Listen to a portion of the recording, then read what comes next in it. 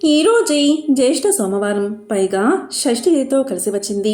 ఎంతో పవిత్రమైన విశేషమైన రోజు ఇది. సోమవారంతో పాటు షష్ఠి తిథి కలిసి రావడం అత్యంత విశేషం. ఇది పరమశివుడికి అలాగే కుమారస్వామికి ఎంతో ప్రీతికరమైన రోజు. ఈ విశేషమైన రోజున సుబ్రహ్మణ్యుడిని పూజించడం వల్ల సర్పదోషాలు, రాహుకేతు దోషాలు, కుజదోషాలు తొలగిపోతాయి. ఈరోజు శివయ్యకు అభిషేకం చేయడం వల్ల సకల శుభాలు కలుగుతాయి. మరి ఎంతో పవిత్రమైన విశేషమైన ఈరోజు ఈ కథను వింటే చాలు జన్మల దోషాలు తొలగి కోటి జన్మల పుణ్యం వస్తుంది. కర్ణాటకలో దక్షిణాన ఒక భక్తుడు ఉండేవాడు. అతని పేరు సుధర్ముడు. అతని తల్లికి వయసు పైబడుతూ ఉంటుంది. ఆమె కాశీకి వెళ్ళి విశ్వనాథుడైన ఆ శివుని ఒడిలో చనిపోవాలని కోరుకుంటుంది. అతను తన కొడుకుతో ఇలా అంటుంది, ఓ సుధర్మ, దయచేసి నన్ను కాశీకి తీసుకెళ్ళు. నాకు వయసు పైబడుతుంది. నేనక్కడికి వెళ్ళి చనిపోవాలి అనుకుంటున్నాను అంటుంది. ఆమె తన కొడుకుని జీవితంలో ఇదొక్కటి తప్ప మరేదీ అడగలేదు. కాబట్టి సుధర్ముడు తన తల్లితో పాటు దక్షిణ కర్ణాటక నుంచి కాశీకి అడవుల గుండా నడుస్తూ సుదీర్ఘ ప్రయాణం మొదలుపెట్టాడు. ముసలావిడ కావడంతో ఆమెకు సుస్థి చేసింది. కాబట్టి సుధర్ముడు ఆమెను భుజాన వేసుకుని నడవడం మొదలు పెడతాడు. కొంత సమయానికి సుధర్ముడికి శక్తి క్షీణిస్తుంది. ప్రయాణాన్ని కొనసాగించడానికి సుధర్ముడికున్న ఒకే ఒక్క మార్గం, శివ, ఈ ఒక్క ప్రయత్నంలో నన్ను ఓడిపోనీయకు. నా తల్లి నన్ను అడిగిన ఒకే ఒక కోరిక ఇది. దీన్ని నెరవేర్చనివ్వు. నేను తన్ని కాశీకి తీసుకెళ్ళాలి. మేమక్కడికి వస్తున్నది నీకోసమే కదా. దయచేసి నాకు బలాన్ని ఇవ్వు అని వేడుకోవడమే. అలా నడుస్తూ ఉండగా అతనికి వెనుక నుంచి వస్తున్న ఒక ఎద్దుల బండి గంట శబ్దం వినిపించింది. ఆ పొగమంచులో నుండి ఓ ఒంటెద్దు బండి వస్తూ కనబడింది. కానీ ఒంటెద్దు బలను కేవలం చిన్నపాటి ప్రయాణాలకు మాత్రమే వాడతారు. అడవుల గుండా సాగే సుదీర్ఘ ప్రయాణాలకు ఎప్పుడో కూడా జోడెద్దుల బండిని వాడతారు. ఎద్దుల బండి దగ్గరికి వస్తూ ఉంది. కానీ పొగమంచు వల్ల ఇంకా అతను పూర్తిగా వస్త్రాలతో కప్పబడి ఉండడం వల్ల ఇతను ఆ నడిపే అతని ముఖం చూడలేకపోయాడు. అప్పుడు ఈ భక్తుడు అంటే సుధర్ముడు ఇలా అన్నాడు, మా అమ్మకి బాగోలేదు. ఖాళీగా ఉన్న మీ ఎద్దుల బండిలో మమ్మల్ని ప్రయాణించనివ్వండి అని ప్రాధేయపడతాడు. అతను సరే అని తల ఊపుతాడు. ఇద్దరూ బండి ఎక్కుతారు. బండి ముందుకెళ్లడం ప్రారంభిస్తుంది. కొంత సమయం గడిచాక ఈ భక్తుడు అడవి మార్గంలో కూడా ఈ ఎద్దుల బండి ఎంతో మృదువుగా వెళ్లడం గమనిస్తాడు. అప్పుడు అతను కిందకి చూస్తే బండి చక్రాలు తిరుగుతూ ఉండవు, అవి ఆగిపోయి ఉంటాయి.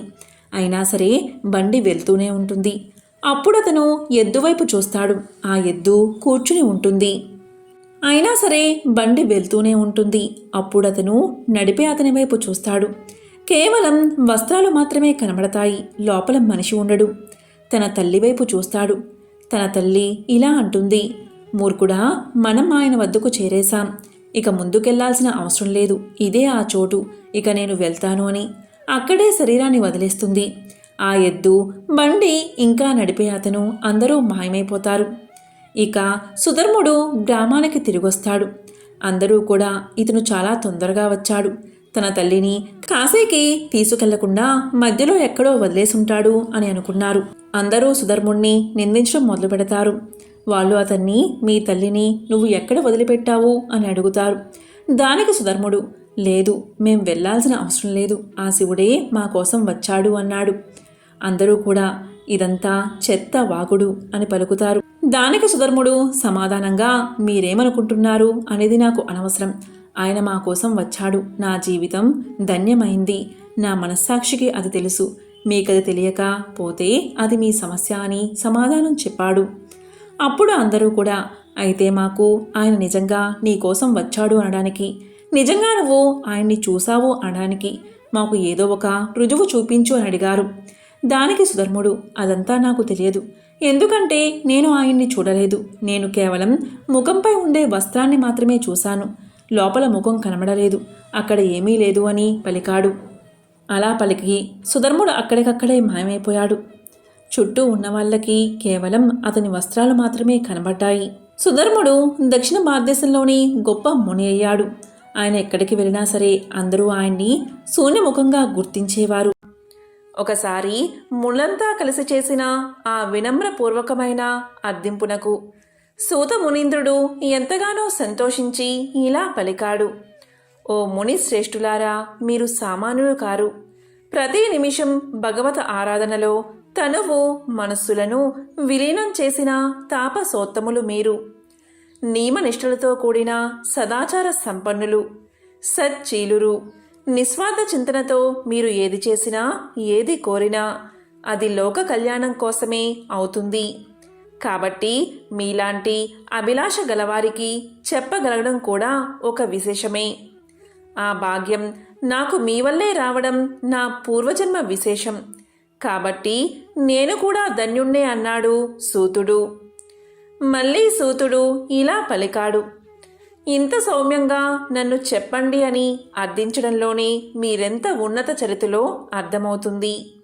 అయినా మీరు కోరిన కోరిక సామాన్యమైనది కాదు.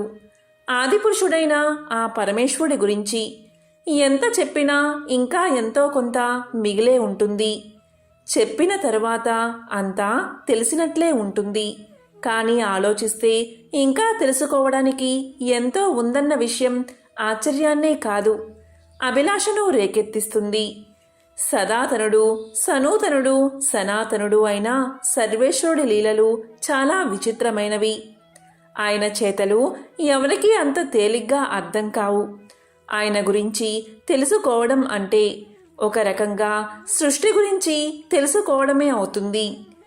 ఎందుకంటే సృష్టే ఆయన, ఆయనే సృష్టి అంటూ సూతుడు సౌనకాది మహర్షులకు ఇలా చెప్పడం ప్రారంభించాడు. ఒకసారి మార్కండేయుడు అనే గొప్ప శివభక్తుడు శివుడు గురించి పూర్తిగా తెలుసుకోవాలి అన్న అభిలాషతో బ్రహ్మలోకానికి వెళ్ళి వాణి విరించకు భక్తితో నమస్కారం చేసి ఇలా పలికాడు, విధాత, నాకు పరమేశ్వరుడి గురించి, ఆయన మహత్యం గురించి కూలంకుషంగా తెలుసుకోవాలని ఉంది. మీరు తెలియచేసి ధన్యుణ్ణి చెయ్యండి అంటూ ప్రార్థించాడు. అందుకు బ్రహ్మ ఇలా పలికాడు, నాయనా, శివుడి గురించి తెలుసుకోవాలి అంటే నాకంటే బాగా కేశవుడికే తెలుసు, అంటే నారాయణుడికే తెలుసు. కాబట్టి నీవు వైకుంఠానికి వెళ్ళి నారాయణ్ణి అర్థించు అని చెబుతాడు బ్రహ్మ. ఇక బ్రహ్మ చెప్పిన మేరకు మార్కండేయుడు సరాసరి వైకుంఠానికి చేరుకుంటాడు. అక్కడ శేషతల్పంపై లక్ష్మీదేవి పాదాలు ఒత్తుతూ ఉండగా శయన రూపంలో ఉన్న శ్రీ మహావిష్ణువును చూసి చేతులు జోడించి వివిధ రకాలుగా ప్రార్థనలు చేస్తాడు మార్కండేయుడు. మార్కండేయుడు చేసిన స్తోత్రానికి పరవశుడై విష్ణుమూర్తి ఇలా పలుకుతాడు, మార్కండేయ, నీవు వచ్చిన పని చాలా విశిష్టమైనది. పరమేశ్వరుడి గురించి తెలుసుకోవాలి అనే అభిలాష, ఉత్సుకత, సంకల్పం ఎంతో ఉన్నతమైనది. అయితే మహాశివుడి ఆశాంతం తెలిసిన వారు ఎవరూ లేరు. కాబట్టి నీవు పరమేశ్వరుడి దగ్గరకు వెళ్ళి ఆయన గురించి తెలుసుకోవాలి అన్న నీ సంకల్పాన్ని వ్యక్తం చెయ్యి. నీ కోరిక తప్పక తీరుతుంది అన్నాడు వైకుంఠవాసుడు. మన సంకల్పం బలంగా ఉంటే అది ఎలా అయినా తీరుతుంది. ఒకసారి ప్రయత్నించగానే ఫలితం రాలేదని కుంగిపోకుండా విసుగుతో అనుకున్న దాన్ని మధ్యలో విడిచిపెట్టకుండా అది తీరే వరకు ప్రయత్నిస్తూనే ఉండాలి. సంకల్ప బలం, చిత్తశుద్ధి ఉంటే అది తీరేందుకు భగవంతుని సాయం కూడా తప్పకుండా లభిస్తుంది. ఇక్కడ భగవంతుని సాయము అంటే అది తీరేందుకు మార్గం లభ్యం కావడమే అని గ్రహించాలి. మార్కండేయుడికి కూడా అదే జరిగింది. మహాశివుడి మహిమలు తెలుసుకోవాలి అన్న కోరిక మార్కండేయుడిలో బలంగా ఉంది. ఆ ప్రయత్నంలో ఇప్పటికే బ్రహ్మ విష్ణువులను అడిగి కొద్దిగా నిరాశకు గురైన తన కోరిక తీర్చగలిగే తెరువును తీరుతుందన్న భరోసా పొందగలిగాడు మార్కండేయుడు. దాంతో అతని పయనం కైలాసం వైపుకు సాగింది. ఇంతకీ ఈ మార్కండేయుడు ఎవరో ఇప్పుడు తెలుసుకుందాం. అనగనగా మృకండు అనే ఋషి ఉండేవారు. మృకండు శివుడి గురించి ధ్యానం చేసుకునే సమయంలో మృగాలు అతన్ని రాసుకుంటూ పోయినా కూడా పట్టించుకునేవాడు కాదట. అలాంటి మృకుండునికి మరుద్వతి అనే సాధ్వి భార్యగా ఉండేది. భగవన్నామ స్మరణలో హాయిగా జీవితాన్ని గడుపుతున్న ఆ దంపతులకి ఒకటే లోటు. అది ఏంటి అంటే పిల్లలు లేకపోవడం. దీంతో సంతాన భాగ్యం కోసం వారిద్దరూ వారణాసి క్షేత్రానికి చేరుకుని శివుణ్ణి పూజించడం మొదలుపెట్టారు. ఆ దంపతుల దీక్షకు మెచ్చిన శివుడు వారి ముందు ప్రత్యక్షం అయ్యాడు. కాని ఆ పరమేశ్వరుడికి వారిని పరీక్షించాలని అనిపించిందో ఏమో. మీకు తప్పకుండా పుత్ర సంతానాన్ని ప్రసాదిస్తాను. కానీ ఎలాంటి పుత్రుడు కావాలో మీరే నిర్ణయించుకోండి. సుదీర్ఘకాలం జీవించే దుర్మార్గుడు కావాలా, లేకపోతే 16 సంవత్సరాలు మాత్రమే జీవించే గుణవంతుడు కావాలా అని అడిగాడు ఆ మహాశివుడు. వ్యక్తిత్వం లేనివాడు ఎన్ని రోజులు ఉంటే ఏం లాభం? మాకు గుణవంతుడైన అల్పాయుష్కుడే కావాలి అని కోరుకున్నారు మృకుండముని దంపతులు. ఈ విధంగా జరిగిన తర్వాత అచిర కాలంలోని ఆ దంపతులకు వెలుగు రేఖలాంటి ఒక బాలుడు కలిగాడు. మృకుండుని కుమారుడు కాబట్టి అతనికి మార్కండేయుడు అన్న పేరు వచ్చింది. శివుడి మాటలకు తగినట్లుగానే మార్కండేయుడు సకల గుణాభిరాముడు.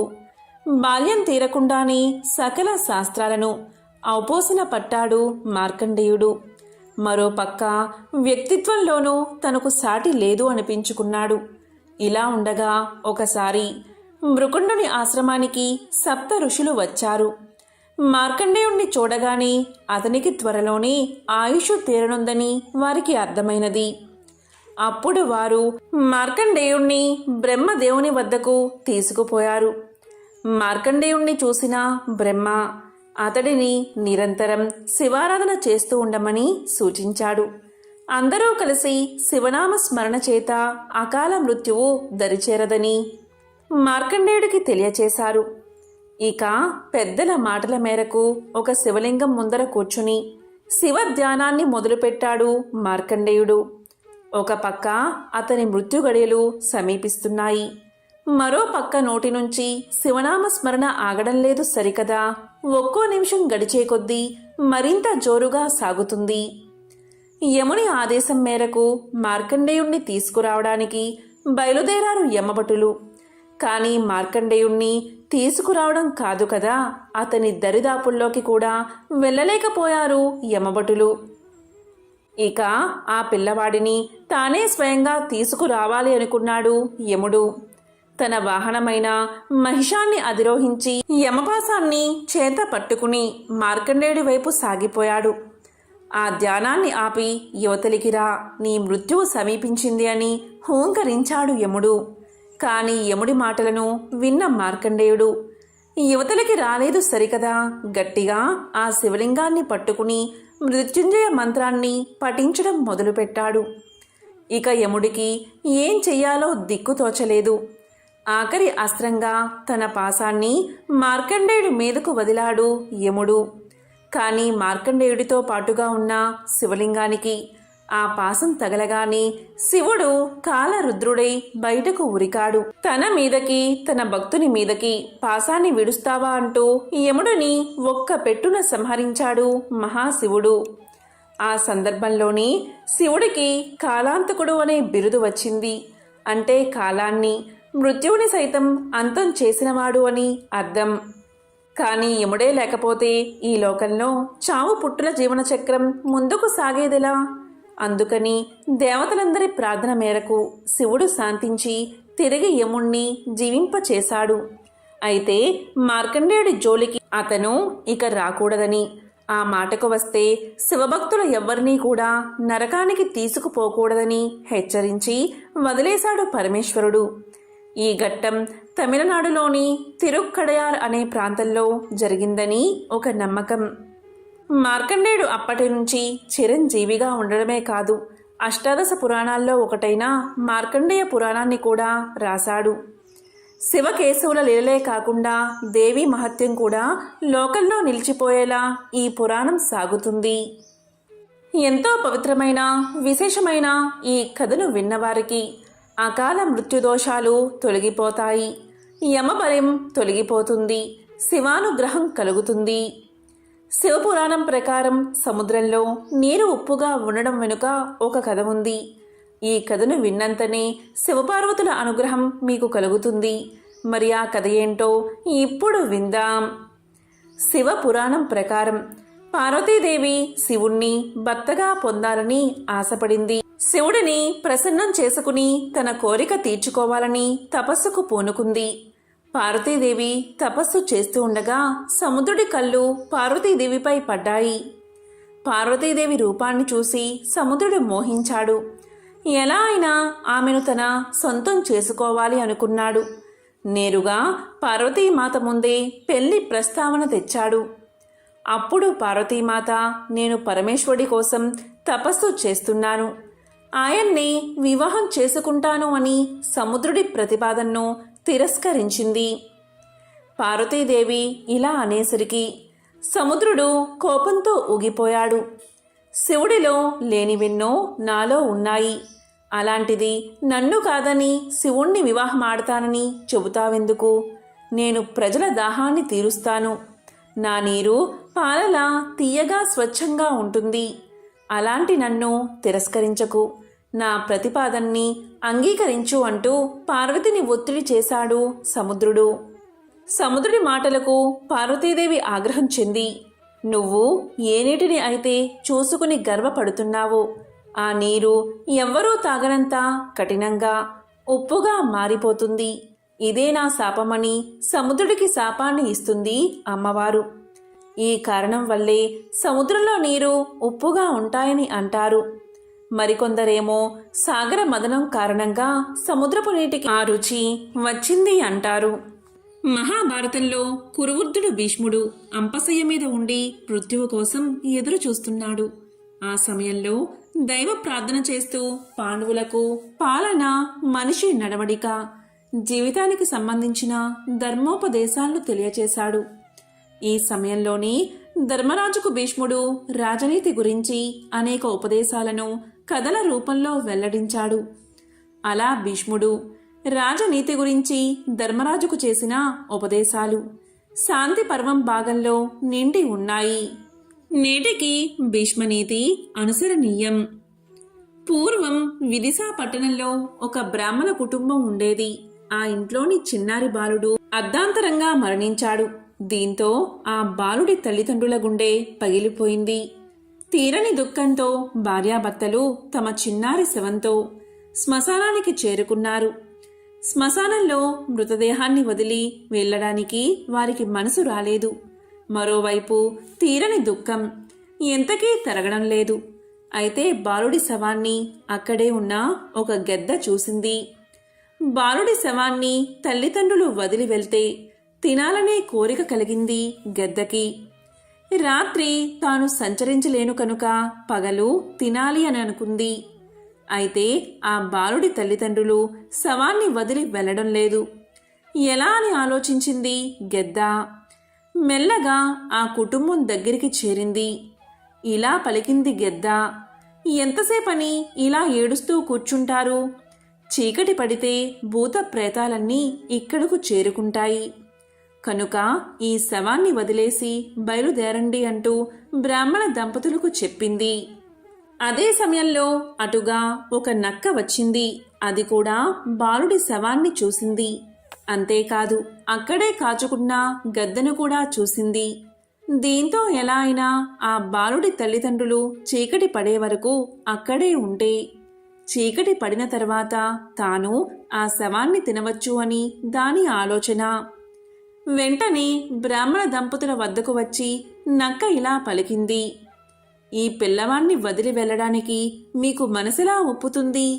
కొంచెం సేపు చూడండి, మళ్ళీ ఇంకెప్పుడు చూడలేరు కదా. అయినా ఎప్పుడు ఏం జరుగుతుందో ఎవరు చెప్పగలరు? ఏ దేవతైనా కరుణించి మీ బిడ్డకు ప్రాణదానం చేయవచ్చు కదా అని నక్క ఆ బ్రాహ్మణ దంపతులతో చెప్పింది. శవాన్ని తినడానికి తల్లిదండ్రుల్ని పంపేందుకు గెద్ద, ఆపేందుకు నక్క కంకణం కట్టుకున్నాయి.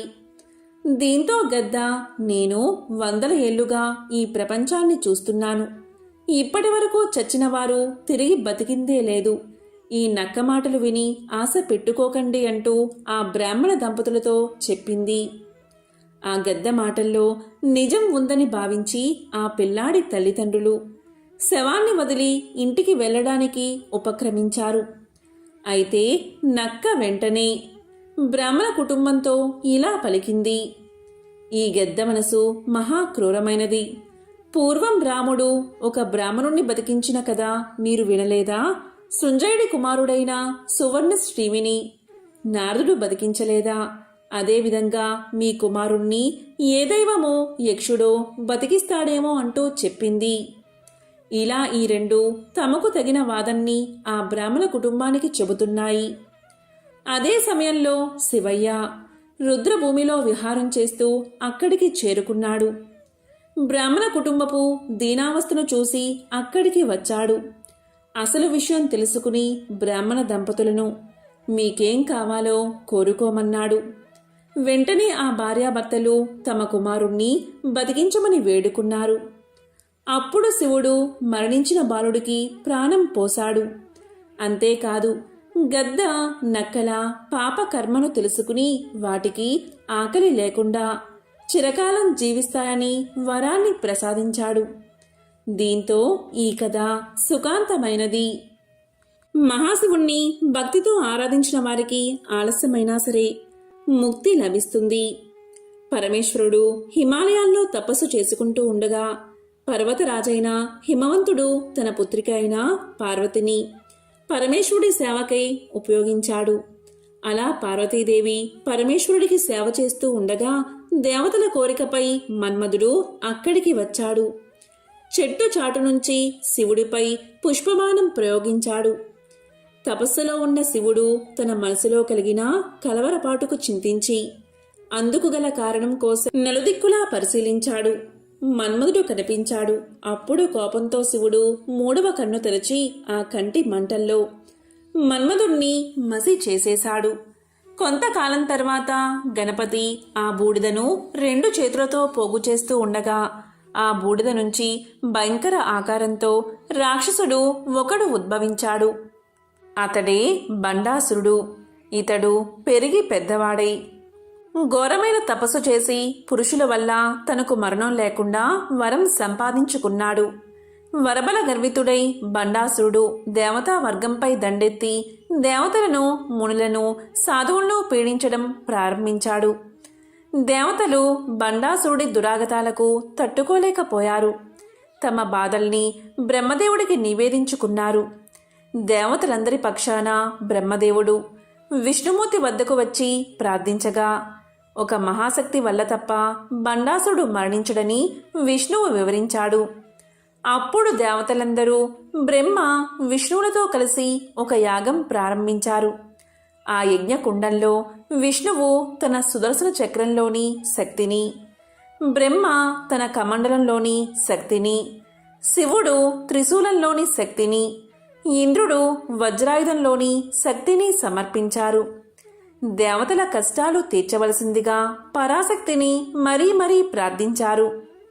అప్పుడు బ్రహ్మ విష్ణువుల ఆధ్వర్యంలో జరిగిన యాగం, ఆ యాగంలో దేవతలు చేసిన త్యాగం జగన్మాతను సంతృప్తిపరచగా ఆ యజ్ఞ వేదిక నుండి ఆమె ఆవిర్భవించింది.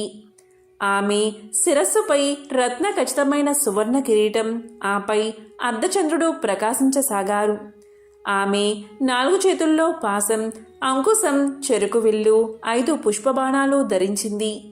ఆ జగన్మాతను చూసి బ్రహ్మాది దేవతలు అనేక విధాలుగా స్తోత్రాలు చేశారు. వారి భక్తి భావాన్ని చూసి ఆమె ముచ్చటపడింది. బండాసురుణ్ణి సంహరించగలనని దేవతలకు ఆమె అభయాన్ని ఇచ్చింది. కొన్నాళ్లకు ఆ పరాశక్తి చతురంగ బలాలతో బయలుదేరింది.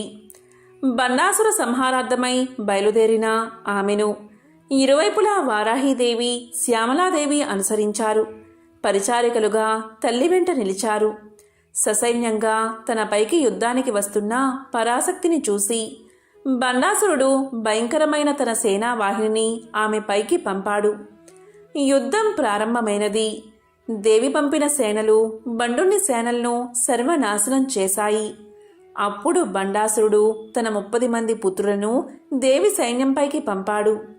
అంతటా పరాశక్తి తన కనుబొమ్మల మధ్య భాగం నుండి బాలాదేవతను సృష్టించింది. బండపుత్రులను సంహరించమని ఆజ్ఞాపించింది. పరాశక్తి ఆజ్ఞ మేరకు బాలాదేవత బండాసురుడి పుత్రులందరినీ సంహరించింది. తన పుత్రులందరూ మరణించడం చూసి బండాసురుడు తన 2 భుజాల నుంచి 2 రాక్షసులను సృష్టించాడు. ఒకడు విశ్రుకుడు, వేరొకడు విషంగుడు. వారిద్దరినీ జగన్మాతపైకి పురుకొల్పాడు. తన పరిచారికలైన వారాహి, శ్యామలా దేవతలను ఆజ్ఞాపించింది అమ్మవారు. జగన్మాత ఆజ్ఞానుసారం వారాహి దేవత విశ్రుకుణ్ణి తుద ముట్టించగా శ్యామలాదేవి విషంగుణ్ణి సంహరించింది. తన సైన్యము, తన పుత్రులు, తాను సృష్టించిన శక్తులన్నీ సర్వనాశనం కాగా బండాసురుడు దిక్కుతోచని వాడయ్యాడు.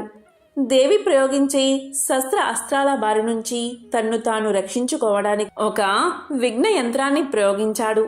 సంగతి తెలిసిన జగన్మాత మహాకామేశ్వరుని వంక చూసింది. ఆ చూపుల్లో నుండి గణపతి ఆవిర్భవించాడు. తల్లి ఆజ్ఞ మేరకు గణపతి బండాలురుని విఘ్న యంత్రాన్ని తునాతునకలు చేశాడు.